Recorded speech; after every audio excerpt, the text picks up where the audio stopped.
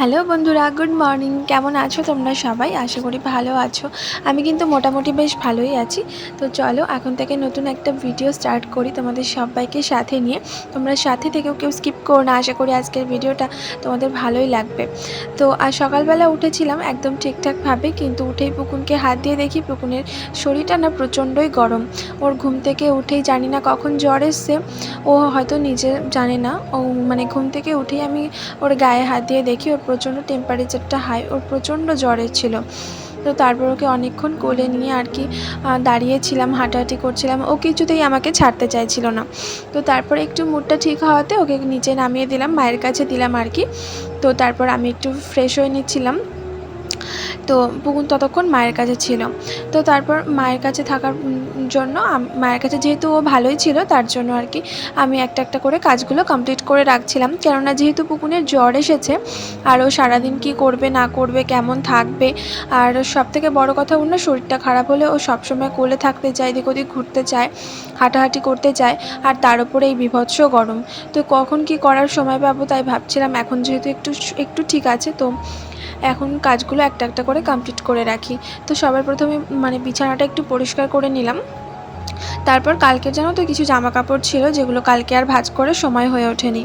আর এত আলসেমিও লাগে, কেননা বিকেলের দিকে একটু ঠান্ডা পড়ে, তো তখন আর কাজ করতে ইচ্ছে করে না। তো সেই জন্য জামা কাপড়গুলো কালকেরগুলো এখনও পড়েছিল। তাই ভাবলাম এখন যেহেতু একটু ফাঁকা টাইম আছে, এখনই ভাঁজ করে রাখি। তারপর বাসি জামা কাপড় ছিল সেগুলো আর কি ধুতে চলে আসলাম। তো এখন এগুলো ধুয়ে নিই, তারপর ধুয়ে মেলে দেব। তারপর পুকুনের জন্য খাবারটাও বসিয়ে দিয়েছি আমি রান্নাঘরে। তো সেই খাবারটাও হয়ে গেলে ওকে খাইয়েও দেব। তো জামা কাপড়গুলো মেলে নিই চলো।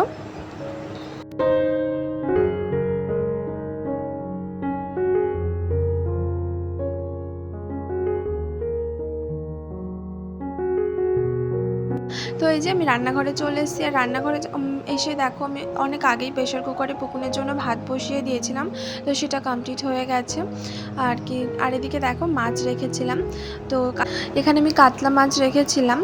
আর একটা জিনিস তোমরা নোটিস করো, আমি কিন্তু যখন মাছটা রেখেছি তখন কিন্তু একদমই জিনিসটা খেয়াল করিনি। সেটা হচ্ছে এই বড়ো মাছটার সাথে একটা ছোট মাছও কিন্তু চলে এসেছে। তো এটা কিন্তু ফ্রিতেই পেয়ে গেছি আর কি।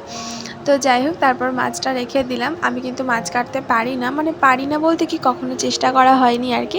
ওই বাড়িতেও মা কাটতো, এই বাড়িতেও মা কাটে, সেই জন্য। তো তারপর আমসত্ত্বগুলো তো এখনও শোকায়নি, তার জন্য একটুখানি রোদে দিয়ে দিলাম। আর এদিকে তারপর ঘরে এসে আমি একটু বিস্কুট খেয়ে নিচ্ছিলাম, কেননা সকাল থেকে একটার পর একটা কাজ তো আমাকেও করতে হয়। তো তাই একটু খিদে পাচ্ছিল। আর এই দিকে দেখো পুকুনের একটু শরীরটা ভালো লাগতেই কী শুরু করেছে, এখানে রান্নাঘরের সমস্ত জ্বালানিগুলোকে এদিকে সবগুলোকে ফেলে দিয়েছে, আর ওখানে দুষ্টুমি করছে।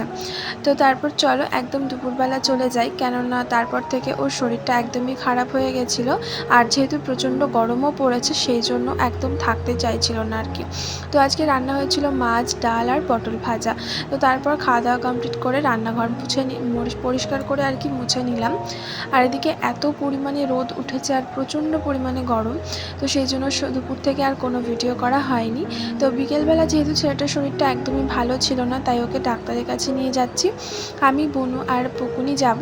তো ডাক্তার দেখিয়ে আবার বাড়ি ফিরে আসবো। তো এত পরিমাণে ছেলেটার শরীর খারাপ যে কি বলবো, একদমই মনটা ভালো লাগে না যদি ছেলেটার শরীরটা খারাপ হয়। তো কোনো মায়েরই ভালো লাগে না হয়তো তার সন্তান অসুস্থ হলে বা কোনো কিছু যদি হয়। জানো তো, কখনো যদি ও একবেলা না খায় তাতেও বোধহয় এত কষ্ট হয় না, কারণ না বাচ্চাদের তো কখনো ইচ্ছে করে খেতে, কখনো আবার ইচ্ছে করে না। কিন্তু শরীরটা সুস্থ থাকলে একটু হেসে খেলে দৌড়াদৌড়ি ছোটাছুটি করবে, তবেই তো ভালো লাগবে, তাই না?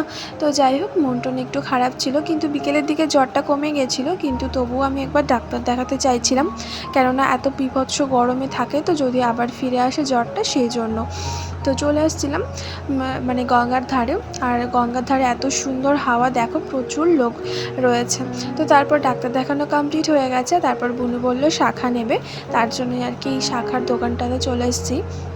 আর এখানে কিন্তু শুধুমাত্র শাখা নয়, তার সাথে আরও ইমিটেশনের জিনিস, চশমা, ঘড়ি, আরও অনেক কিছু আর কি বিক্রি হয়। তো এখানে এসেছিলাম আর কি, সব কিছু দেখছিলাম ঘুরে ঘুরে।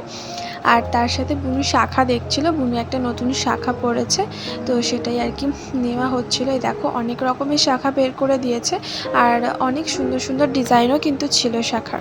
তো বুনু এখানে পছন্দ করছিল কোন শাখাটা নেবে, তো তারপর একটা শাখা পছন্দ হয়েছিল, তো সেটা নেওয়াও হয়ে গেছে। তো এখন দেখো রাত্রেবেলা আমরা যাচ্ছি গঙ্গা দিয়ে বাড়ি। তো চলো আজকের মতন আসি। আর গল্প করতে করতে তো একটা কথা বলতে ভুলেই গেছি। তো যে সমস্ত বন্ধুরা আমার ভিডিওগুলো একদম প্রথম থেকে দেখে আসো তাদেরকে জানাই অসংখ্য ধন্যবাদ। আর যারা আমার এই ছোট্ট ভিডিওটা আজকে প্রথমবারের জন্য দেখলে তাদেরকে আমার চ্যানেলে অনেক অনেক ওয়েলকাম। তোমরা এভাবেই আমার পাশে থেকেও সাপোর্ট করো, আমাকে ভালোবেসো। আর চলো আজকের মতন টাটা।